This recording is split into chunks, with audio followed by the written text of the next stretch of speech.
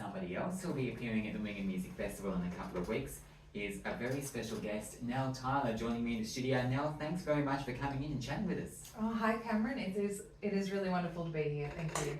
You're very welcome. Now, for those listeners out there who may not be very familiar with you, would you like to tell us a little bit about yourself and your music? Well, I'm a local. I've been living in the area probably half my life. I don't know if that allows me to say I'm a local. I've heard that you have to be here sort of 3 or 4 generations for that. But people who do know me from busking, really. I've been busking in Wingham for probably about 3 or 4 years. And I've been writing music for about that long. I mean, I probably wrote my first song many years ago, but I've been really working at writing music for the past few years. And a lot of it is disability focused. That's, a big part of what I live with. Heartbreak, loss, life in general. And I love singing covers. I have a lot of favorite covers that I love to sing. I love brightening people's day with the music they love, but my heart is really about the original music I love and putting my experiences and the experiences that I share with other people into songs that people can relate to. Absolutely. And talking of the original music, you've got some very exciting news. What's your news? Yeah, my first album is out now. Yay. a labor of love that I've been working on for quite a while, and the interesting thing about it for me is that it was done, it's entirely independent. It's the most independent that you can get, I think. It was all written by me, recorded by me in my little office at home, produced by me. I had to learn how to do that, and as somebody who's partially deaf, that was a bit of a struggle. I sort of joke that I say I'm partially deaf, but I think it sounds good. So manage your expectations. And I had to handle, sending all the files off to a CD printer myself. Even the album cover photo was taken by myself. But I worked really hard on it, and I think it sounds great. It's because I just had me to work with. A lot of the extra bits and pieces on the album is all my voice. So all the harmonies you hear, the percussion sounds that you hear vocally, it's all me, and I did have a lot of fun with that. Yeah, absolutely. That's incredible. That's pretty much everything's done by yourself. Everything is done by me. Everything you hear on this was just me in my office, essentially. Wonderful. So let's go back in time a little bit. Would you like to tell me a little bit about what inspired you to get into songwriting and to start creating your own music? Yeah, well, I think the very first experiences I had with songwriting back when I was about 11 was with a little group of friends. We thought we'd write songs about love when we'd never experienced it.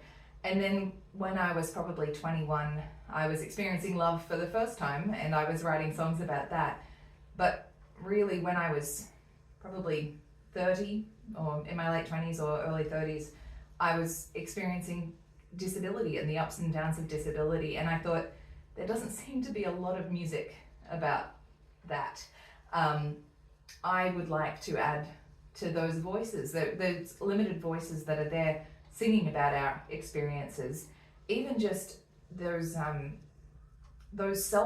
self-love anthems that people get. And not a lot of them mentioned explicitly disability. They'd mention, you're beautiful just the way you are, and I think, well, what's the way I am? Can you be explicit about that? And so I think one of the first disability songs I wrote was Pretty Disabled, and it literally says, I'm pretty disabled, and I'm mentally ill, I'm overweight, I have bad eyesight, but I'm kind, and I'm funny, and I'm wise.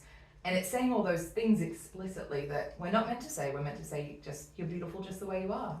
And I think, no, I'd like to be a little bit more direct about it. Yeah, no, absolutely. And it's great to see that pushing this the disability out there and making these people seen and have a voice, etc. I'm struggling on my words at the moment, but it really is a beautiful thing. And what also is a beautiful thing, you've got your guitar with you. I do. Play a couple of songs for us today. I do. Yes.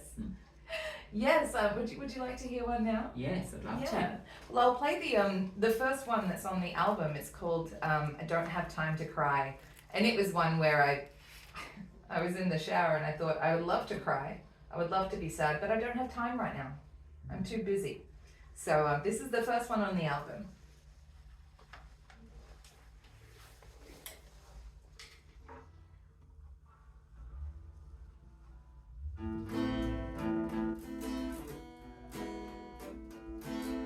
I don't have time to cry today, so so I'll pencil it in for later.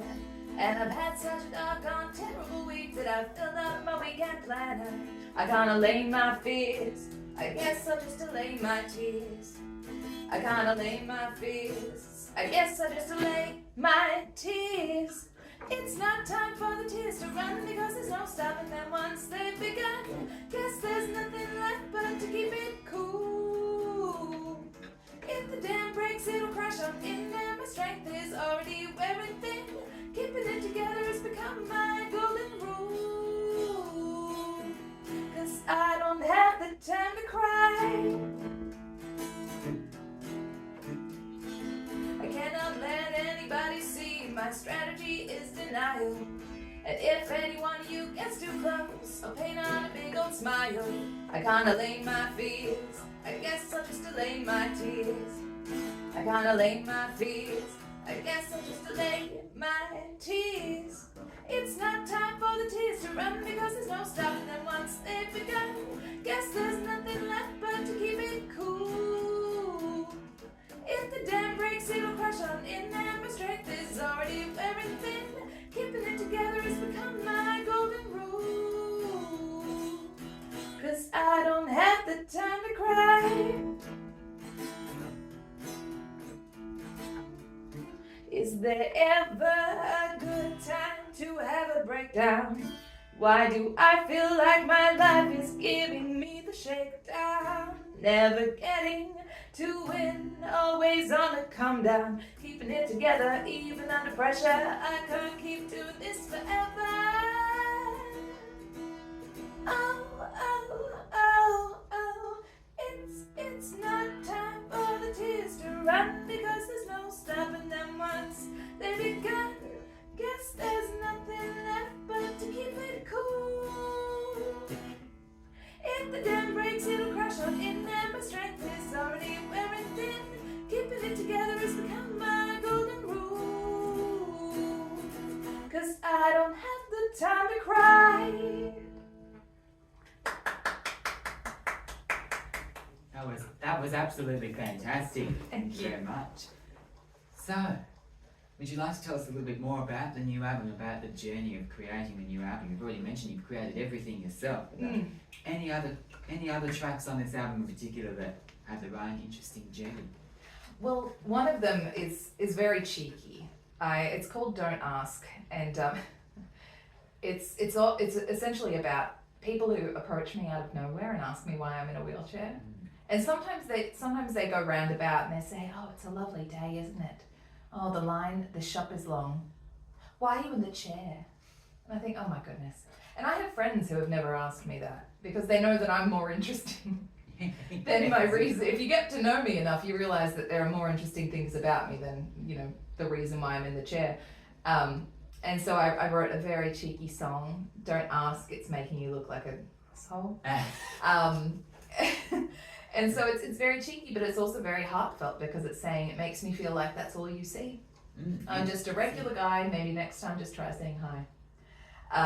And I'm actually, next week I'm going up to a conference. I'm on the Human Rights Advisory Committee for Aruma. They have a local branch here in Taree, but they are also all over the country. And next week I'll be going to their annual Human Rights Conference on the Gold Coast. I have the opportunity to speak and to sing. I'll be singing that song.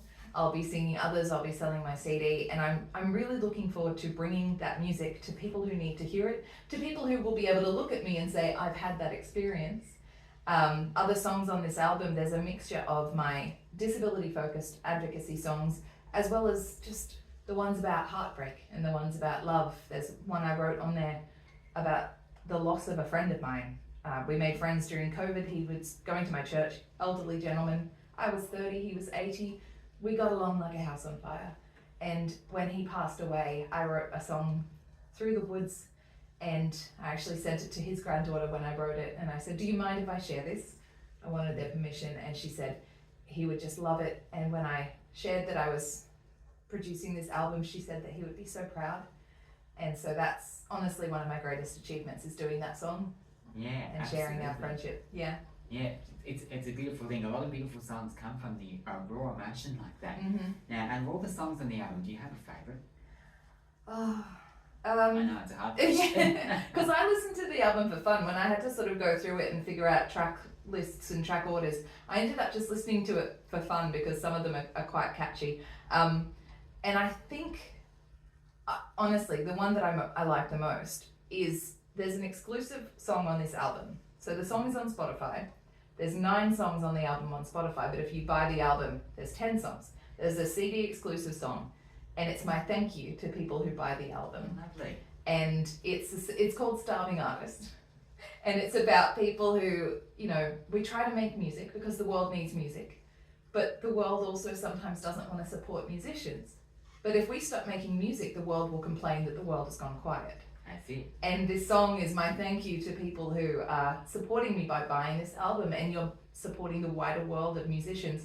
And honestly, I think it's my favorite. I wrote it specifically for this album as my thank you, and it's really catchy and very sweet. So that's probably my favorite. Yeah, absolutely. We'll definitely have to play that one, and all the other tracks on the album, of course. Yes. But, you're going to be at the Wingham Music Festival in a couple of weeks' Yes, time. very excited. I got my own set Yes. on the Sunday morning. Very, very exciting. Absolutely. I'll be there on stage introducing you. I'm very much looking forward to that. And you've got a song to perform for us now that you're going to, a brand new one, isn't it? Mm-hmm.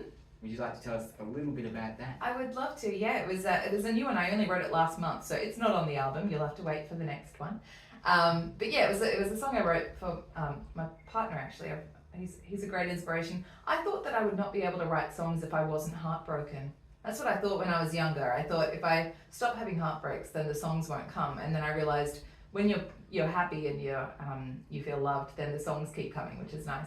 But we recently had an anniversary, and I was thinking, it's nice when you love someone, but you don't just love them, you like them as well. Yeah. And I thought that deserves a love song, not just like loving somebody, but liking them. So that's this song.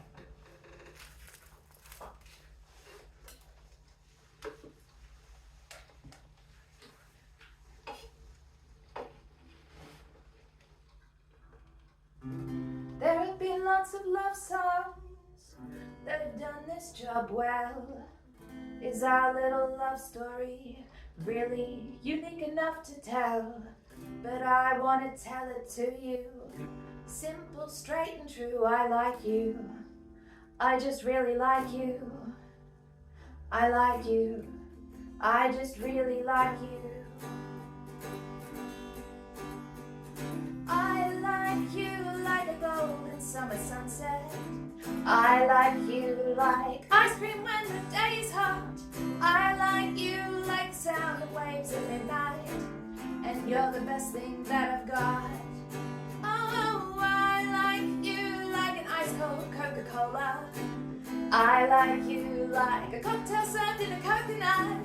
I like you like the breeze of early springtime. I like you. I just really like you.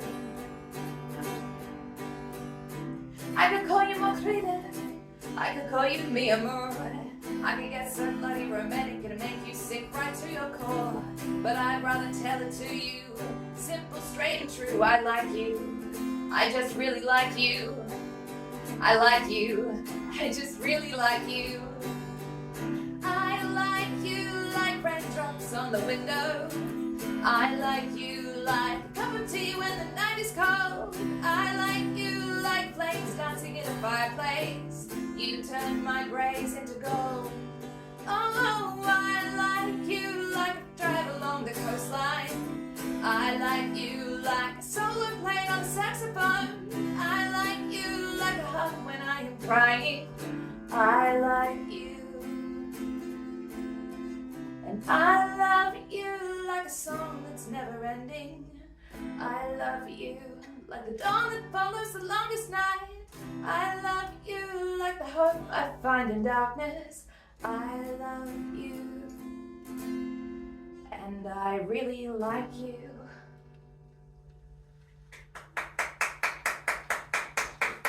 I love that. In fact, I really like that. I think sometimes that's even better. Yeah, absolutely. I cannot wait to see you perform that on the big stage of the Wingham Music Thank Festival. you. And I'll be in the merch tent selling CDs after. Awesome. You can also get CDs at shop.nelltyler.com. If Excellent. you're not in the area, yeah, that's where you can Excellent. get And them. before we let you go, if anyone wants to keep up to date with your music, etc., etc.? Is there an online presence somewhere they can go? Yep, you can find me.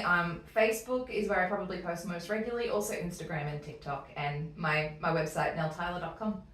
Fantastic. Nell, thank you so much for joining us. Thank you, Cameron. You're very welcome. That was Nell Tyler there with a couple of amazing live performances here in the studio for us. She's got a brand new album, Under My Roof. We've got a copy here, so we'll be definitely flogging the crap out of it, playing all the tracks from that.